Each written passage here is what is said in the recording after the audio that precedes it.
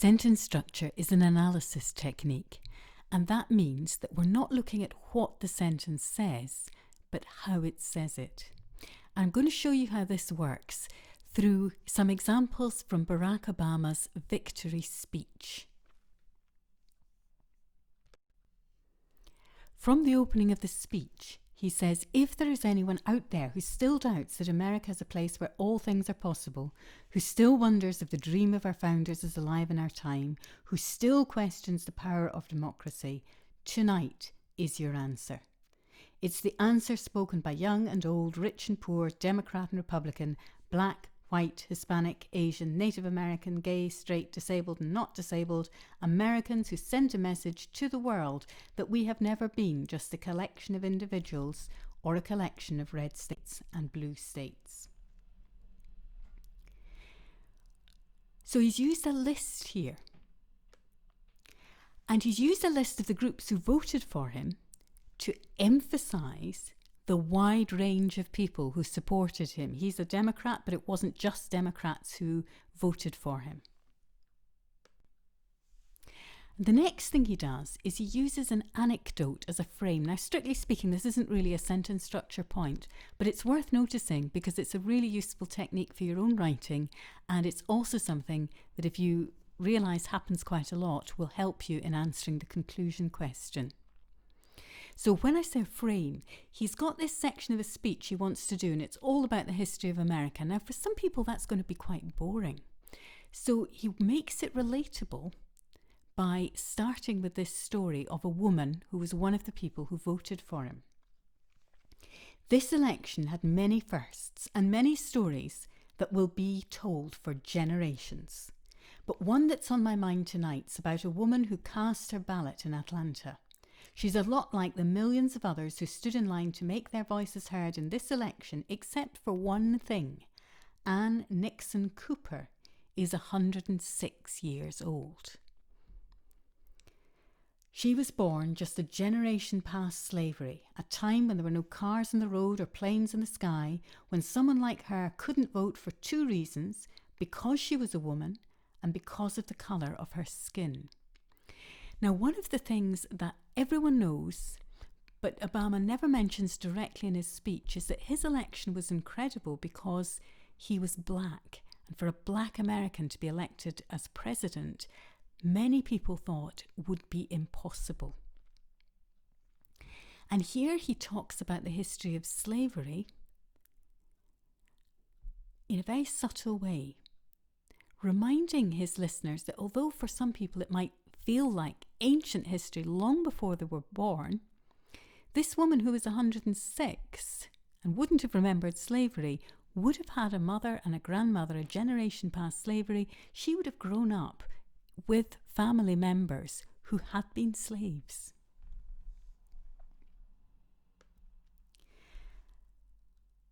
And he's going to go on to talk about lots of other things that have happened in American history leading up to the climax, his election.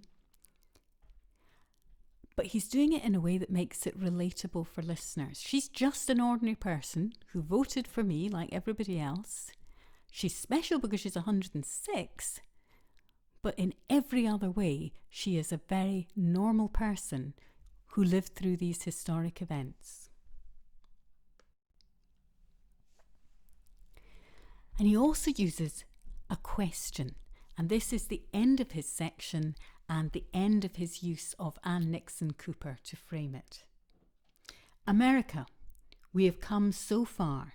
We have seen so much, but there is so much more to do.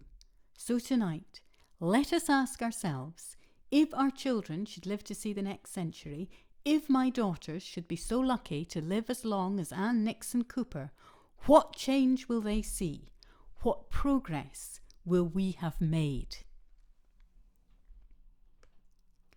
So he's using these two questions here to get the audience to think about what changes they might like to see.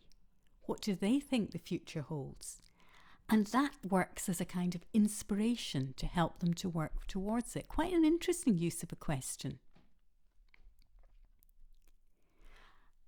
And related to this is the fact that it's also a kind of conclusion question. It's not absolutely the end of the speech, but it is heading towards it.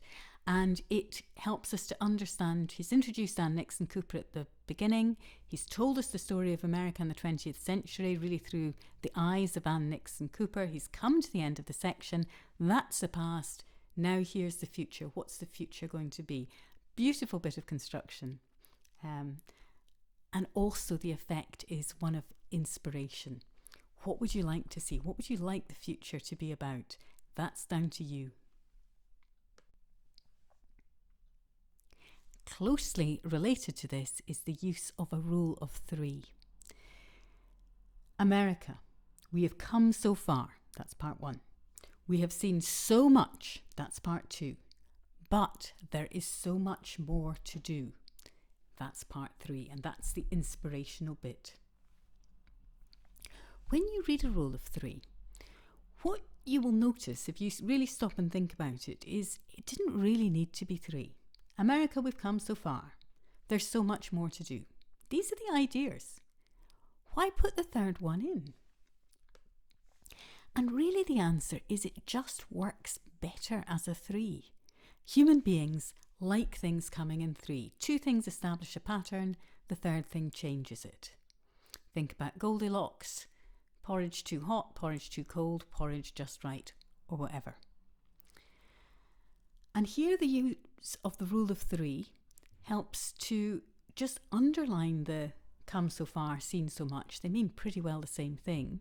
But it also suggests, we're 2/3 of the way there. The last thing we've got to do, so much more to do, isn't actually as big as what came before. So we'll easily manage it. So that's perhaps one thing. But the other thing is that this is a speech. And you can't reread something if you weren't paying attention. So it's really important to build in a little bit of repetition, a little bit of space, a little bit of pacing in order to make sure that nobody misses the really important things you want to do. And the same thing happens in reading, the same thing happens in writing. Quite often people say, I don't know how to make it longer. And the answer is possibly not to go and put in more stuff, but just to pace what you've already got to give it a little bit more impact. So when you're editing your writing, go back and see if you can put in a rule of 3. It will just sound so much better. Here's some more rules of 3 from this speech. And above all, I will ask you to join in the work of remaking this nation the only way it's been done in America for 221 years. So that's the start of when America came into being, when it got its independence from Britain. Block by block, brick by brick, calloused hand by calloused hand. And tonight, I think about all she's seen through her century in America, the heartache and the hope, the struggle and the progress, the times we were told that we can't, and the people who pressed on with that American creed, yes, we can. When there was despair in the Dust Bowl and depression across the land, she saw a nation conquer fear itself with a new deal, new jobs, a new sense of common purpose. Yes, we can.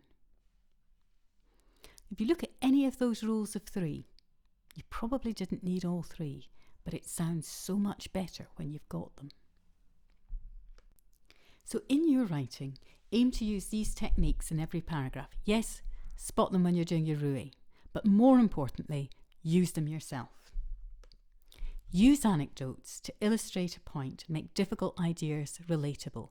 A little story about a person is one of the most powerful ways to get your readers involved. Use lists to emphasize range and number.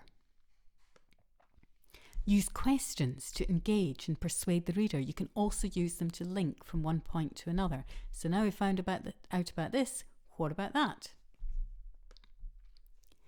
And finally, the rule of 3, reinforcing your ideas at a measured pace to give the reader space to reflect and take them in.